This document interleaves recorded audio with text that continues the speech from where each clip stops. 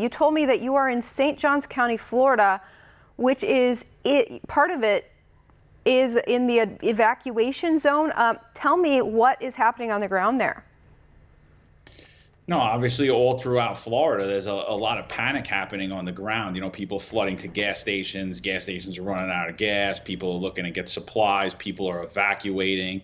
And, you know, I think Ron DeSantis has been doing a great job of getting the information out, as well as the local sheriffs in each particular county. I know my county as well, St. Johns County Sheriff's done a great job of bringing up to date information out there. We also have a great website in Florida. It's called floridadisaster.org. If you don't know if you're in a flood zone, you could check that. If you want to know what the evacuation routes are, if you want to see where a shelter is, if you need a ride to a shelter, Florida is actually offering a free Uber code, Milton Relief. So if you're elderly and you can't get to a shelter, you could use that code. You could call Uber Milton Relief. So I think, you know, I'm very happy to be in Florida at this moment in time. Thankfully, I'm not in an evacuation zone, but parts of my county are.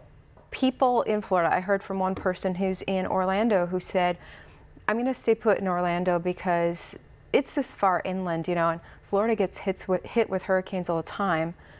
You know, surely Orlando's fine. But then I thought, hold up. If we look at North Carolina and how far inland they are and how hard they got hit with Helene, is Orlando even going to be safe? I mean, when you're inland, you still have to worry. I mean, look at North Carolina. Look how far North Carolina is inland in Asheville, where they had, you know, you're near bodies of water, whether they be lakes or rivers or anything of that nature. But I think the bigger threat when you're inland is the wind speeds. You know, they're talking wind speeds of 140 miles an hour by the time it touches down. We don't know. They're all guesses and estimates what they're going to be by the time they get to places like Orlando. You're worried about wind damage. You're worried about your roof blowing off. So it's not just water that you need to concern yourself with.